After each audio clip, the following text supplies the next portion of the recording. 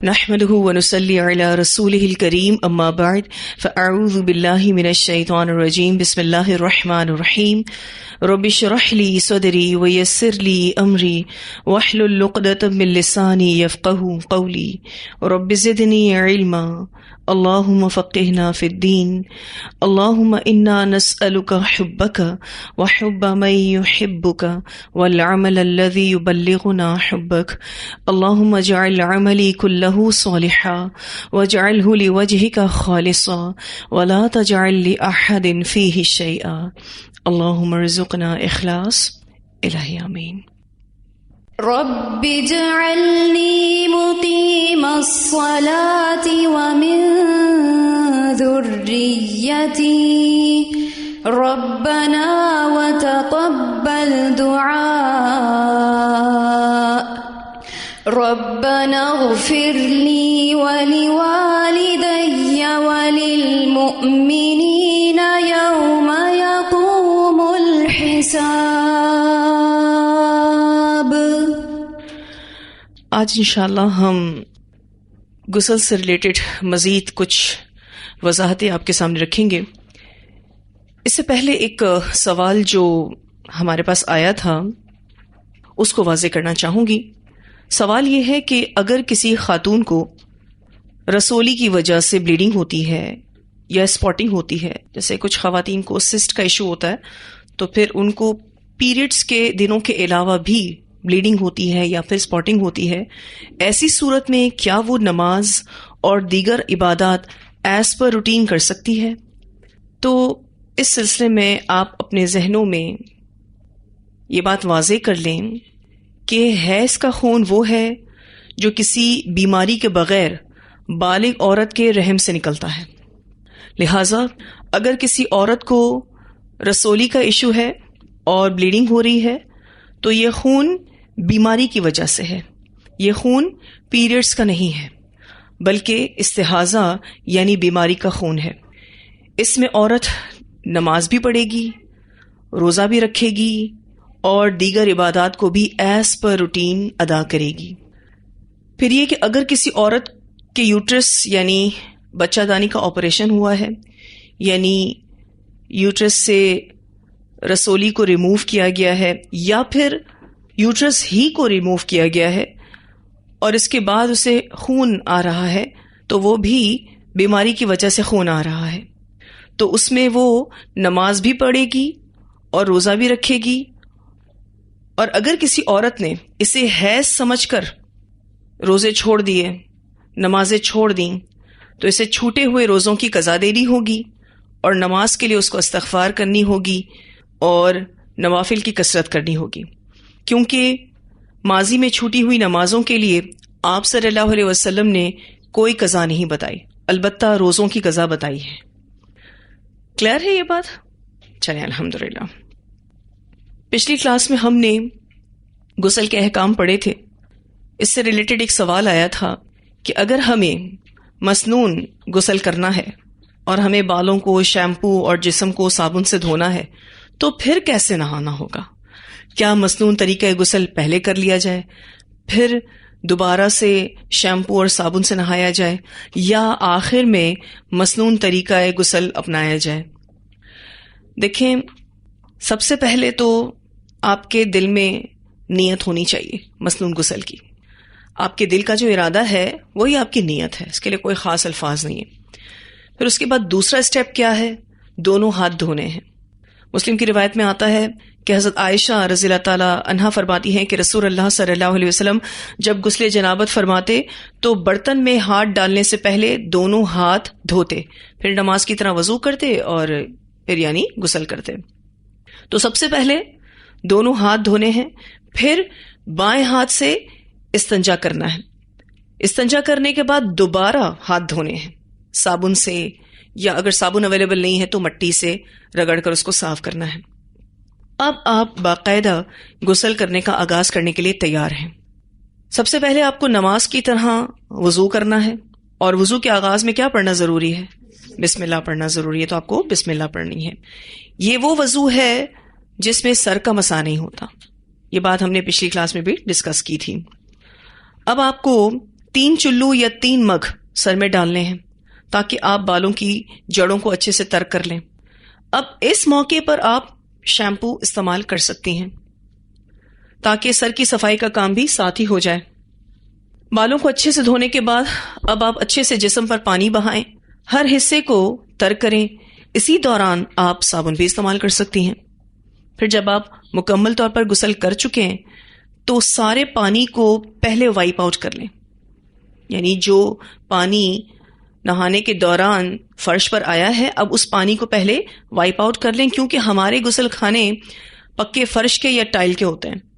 سارا پانی نالی میں اچھے سے ڈال لیں اور پھر دوبارہ سے پاؤں دھو کر نکل جائیں. اب دوران غسل آپ نے اپنی شرمگاہ کو ہاتھ نہیں لگایا تو آپ غسل کے دوران کیے جانے والے وضو سے ہی چاہیں تو نماز پڑھ سکتی ہیں، یعنی آپ کا وضو کنٹینیو رہتا ہے. اور اگر دوران غسل آپ نے شرمگاہ کو دھونے کے لیے ہاتھ لگایا ہے تو اب آپ کو غسل کے آخر میں دوبارہ سے وضو کرنا ہوگا. اور یہ بات انشاءاللہ تعالی تفصیلاً وضو کے چیپٹر میں بھی آئے گی. پھر یہ کہ کچھ علماء کہتے ہیں کہ آپ اپنا نارمل باتھ لے لیں، شیمپو اور صابن کے ساتھ جو آپ کو نہانا ہے آپ نہا لیں، اور پھر اینڈ میں آپ ایز اٹ از سنت طریقہ فالو کر لیں. سنت طریقہ جو ہم نے پچھلی کلاس میں آپ کو بتایا تھا، سٹیپ بائی سٹیپ آپ سنت طریقے کو فالو کر لیں. پہلے آپ نے اپنا روٹین باتھ لے لیا، ٹھیک ہے، پھر اس کے بعد آپ نے اینڈ میں کیا کر لیا، سنت طریقے کو فالو کر لیا. کیونکہ کچھ لوگوں کے ذہنوں میں یہ سوال آتا ہے کہ بیچ میں ہم شیمپو لگا رہے ہیں، بیچ میں ہم صابن لگا رہے ہیں تو یہ اضافت ہے. خیر، تو علماء نے ان لوگوں کی بیماری کو سمجھتے ہوئے کہہ دیا کہ ٹھیک ہے، آپ اپنا نارمل بات لے لیں اور پھر اس کے بعد اینڈ میں آپ مسنون طریقہ غسل کو ایز اٹ از فالو کر لیں. ٹھیک ہے جی. ویل آپ خود کو جس طرح کمفرٹیبل محسوس کریں ویسے کر لیں. چاہیں تو ابتدا میں ہی مسنون طریقہ غسل فالو کر لیں، پھر بعد میں ایز پر روٹین جو آپ کا غسل ہے وہ کرنا چاہیں تو کر لیں. ٹھیک ہے، جیسے آپ کی مرضی. یا جو سب سے پہلے میں نے آپ کو بتایا کہ آپ غسل کے دوران ہی شیمپو اور صابن کا استعمال کر سکتی ہیں. بس اس بات کا خیال رکھیں کہ مسنون طریقہ غسل کی کوئی بھی انسٹرکشنز مس نہ ہو، کرنے سے رہ نہ جائیں. جو بھی انسٹرکشنز ہیں مسنون غسل کی وہ فالو ہونی چاہیے، تو آپ کا غسل ہو جاتا ہے. پھر یہ کہ غسل کے لیے جو پاک پانی لیا جاتا ہے اس میں پاک چیز کو ملا کر نہایا جا سکتا ہے، جیسے کہ بیری کے پتے، کافور یا پھر ڈیٹول وغیرہ. حضرت قیس رضی اللہ تعالیٰ عنہ کو نبی اکرم صلی اللہ علیہ وسلم نے نہانے کے پانی میں بیری کے پتے ڈالنے کا حکم دیا تھا جب وہ مسلمان ہوئے تھے. ٹھیک ہے جی. پھر یہ کہ غسل کرنے والا پانی کے استعمال میں اسراف نہ کرے. مسنون یہ ہے کہ پانی کم سے کم استعمال ہو اور غسل بھی مکمل ہو، یہ مسنون بات ہے. آپ صلی اللہ علیہ وسلم 1 مد سے وضو، 1 مد تقریباً نصف لیٹر سے کچھ زائد پانی، یعنی ½ لیٹر سے تھوڑا سا زیادہ، نبی اکرم صلی اللہ علیہ وسلم اتنے پانی سے وضو کر لیا کرتے تھے. اور 1 سا پانی یعنی تقریباً 1 لیٹر پانی سے 5 مد یعنی 3 لیٹر، تقریباً 3 لیٹر پانی سے غسل فرما لیتے تھے. اسے بخاری اور مسلم نے روایت کیا ہے. یعنی وضو کے لیے نبی اکرم صلی اللہ علیہ وسلم کتنا پانی یوز کر رہے ہیں؟ ½ لیٹر. اور نہانے کے لیے 1 لیٹر سے 3 لیٹر کے درمیان کا پانی. اتنے کم از کم پانی میں نبی اکرم صلی اللہ علیہ وسلم پراپر وضو اور پراپر غسل کیا کرتے تھے، اور یہ ان کی پریکٹس میں تھا. آج ہماری پریکٹس میں یہ نہیں ہے اور ہمیں یہ بہت ڈیفیکلٹ بھی لگتا ہے کہ کیسے کوئی 3 لیٹر پانی میں پورا نہا سکتا ہے. 1 لیٹر پانی سے 3 لیٹر پانی کے درمیان پانی میں کوئی کیسے پورا نہا سکتا ہے؟ تو جب پانی کی قلت ہوتی ہے اور اتنا ایزیلی وہ اویلیبل نہیں ہوتا، پھر انسان کم از کم میں قناعت کرتا ہے. آج ہمارے پاس وافر مقدار میں پانی موجود ہے، اور جن کے پاس بہت زیادہ موجود ہے پھر تو وہ اسراف کرنے سے بھی نہیں بچتے. ہمیں بھی چاہیے کہ سنت پر عمل کرتے ہوئے کم از کم پانی کا استعمال کریں اور اسراف سے بچیں. پچھلی کلاس میں ہم نے جتنے غسل پڑھے تھے اس کا خلاصہ یہ ہے کہ غسل واجب بھی ہوتے ہیں اور مستحب بھی ہوتے ہیں. علماء کرام نے تمام غسل کو ڈیفائن کیا ہے قرآن و سنہ کی روشنی میں الحمدللہ. سب سے پہلے غسل جنابت جو کہ فرض ہے، احتلام یا پھر شوہر بیوی کے جسمانی تعلق ہونے کی بنا پر واجب ہو جاتا ہے. پھر اسی طرح سے غسل حیض، یہ غسل حیض اور نفاس سے واجب ہو جاتا ہے. یہ دونوں غسل واجب ہیں. کون کون سے؟ غسل جنابت اور غسل حیض. مستحب غسل کون کون سے ہیں؟ سب سے پہلے ہم امام بغوی رحمہ اللہ والی بات یاد کر لیتے ہیں جو ہم نے پچھلی کلاس میں پڑھی تھی. وہ کہتے ہیں کہ جو شخص لوگوں کی کثرت میں گھلے ملے تو پہلے غسل کر کے صفائی ستھرائی اور خوشبو کا اہتمام کر لے. وہ کہتے تھے کہ لوگوں کے مجمع میں جانے سے پہلے غسل مستحب ہے. اب ویکلی بیسس پر جو اجتماع مسلمانوں کا ہوتا ہے وہ کون سا ہے؟ جمعے کا. ٹھیک ہے، وہ جمعے کی نماز کا ہے. اور احادیث جو ہم نے اس بارے میں پڑھی تھیں اس سے واضح طور پر یہ معلوم ہوتا ہے کہ جمعے کے دن کے غسل کی بڑی تاکید آئی ہے اور یہ سارے غسل میں سب سے اہم غسل ہے. جیسے کہ ہم نے اس بات کو ڈسکس بھی کیا تھا کہ بہت سارے علماء اس کو واجب قرار دیتے ہیں. تو ایک سوال ذہن میں آتا ہے کہ کب ہم غسل جمعہ کو واجب کہیں گے؟ اس بارے میں شیخ الاسلام ابن تیمیہ رحمہ اللہ کا موقف ملتا ہے. وہ کہتے ہیں کہ جمعے کے دن اس شخص کے لیے غسل کرنا واجب ہے جس سے پسینہ آیا ہو یا اس کے جسم سے اتنی بو آ رہی ہو کہ دوسروں کو اذیت ہو. کتنے اچھے سے کلیئر کر دیا انہوں نے. ویسے غسل جمعہ واجب نہیں ہے لیکن اس کی تاکید بہت ہے اور یہ پوری ڈیبیٹ ہم پچھلی کلاس میں آپ کے سامنے رکھ چکے ہیں. ٹھیک ہے جی. تو جو قوی حدیث تھی بخاری والی جس میں جمعہ کے غسل کو واجب کہا گیا ہے، تو ہماری پریفرنس کیا ہونی چاہیے؟ ہم کس حدیث پر عمل کریں؟ جو قوی حدیث ہے. لیکن کبھی اگر انسان غسل جمعہ نہ کر سکے ود ریزن اور وداؤٹ ریزن، کوئی ایشو نہیں ہے، وہ گناہ گار نہیں ہوتا. پھر اس کے بعد ایئرلی بیسس پر ایک اجتماع ہوتا ہے. وہ کون سا ہے؟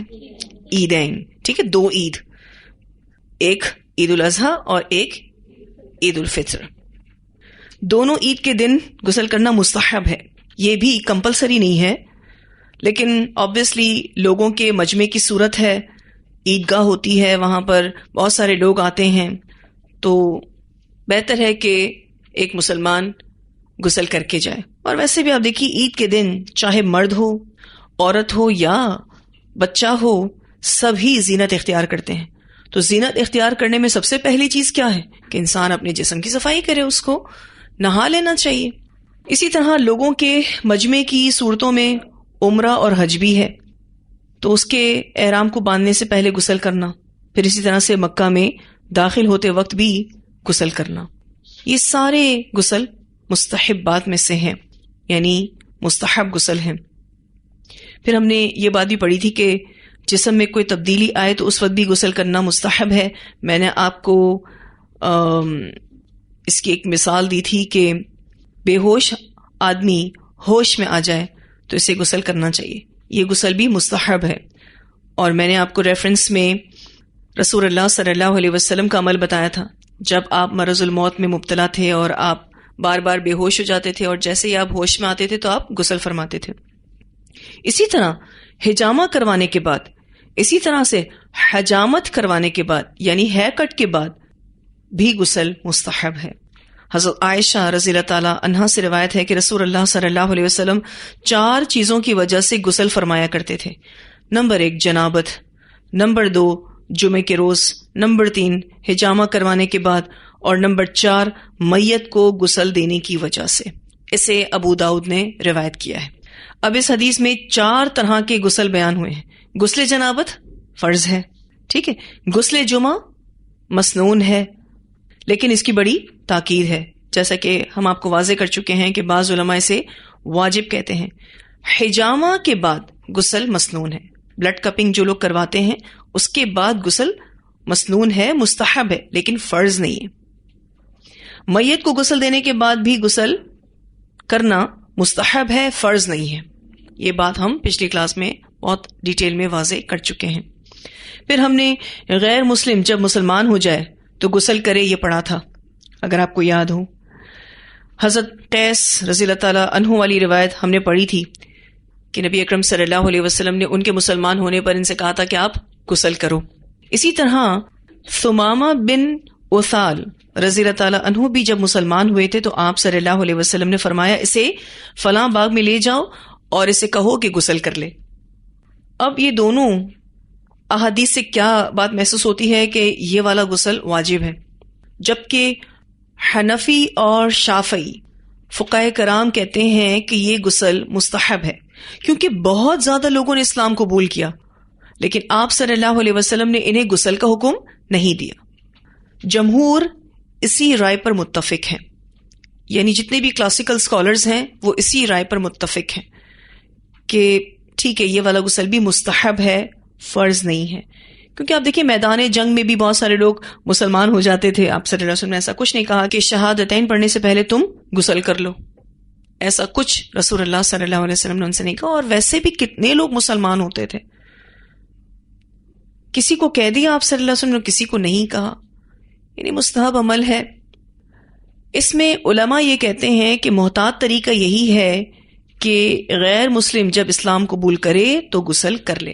اور اس کی ریزن بھی میں نے آپ کو بتائی تھی، کیونکہ جب وہ نان مسلم تھا تو اس نے کبھی بھی غسل جنابت کیا ہی نہیں، ٹھیک ہے. اور اگر کوئی عورت اسلام قبول کر رہی ہے تو اس نے کبھی بھی غسل حیض کیا ہی نہیں، اس کے علاوہ غسل جنابت اس نے بھی کبھی نہیں کیا. تو اگر کوئی شخص اسلام قبول کرے تو اسے چاہیے کہ وہ غسل کر لے، کیونکہ اس کا غسل کرنا اس کو پاک کر دے گا انشاءاللہ تعالی. ٹھیک ہے جی، یہ کچھ اور مزید وضاحتیں تھیں جو غسل کے بیان سے ریلیٹڈ تھیں. تو میں نے سوچا کہ نیا ٹاپک شروع کرنے سے پہلے اس کو کلیریفائی کر دیا جائے. پچھلی کلاس میں ہم سے ایک سوال ہوا تھا کہ کھڑے ہو کر نہا سکتے ہیں یا نہیں، تو ہم نے آپ کو جواب دیا تھا کہ آپ کھڑے ہو کر نہا سکتے ہیں. لیکن پھر بھی آپ کو میں بتاؤں کہ بیٹھ کر نہانا، بکٹ بھر کے نہانا بہتر ہے ہر اعتبار سے.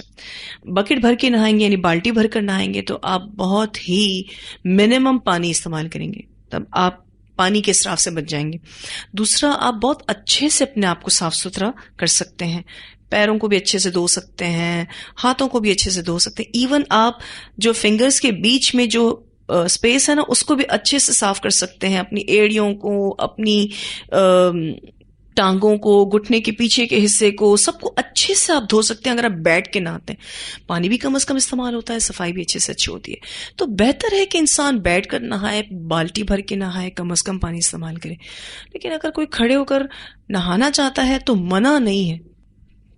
ٹھیک ہے جی.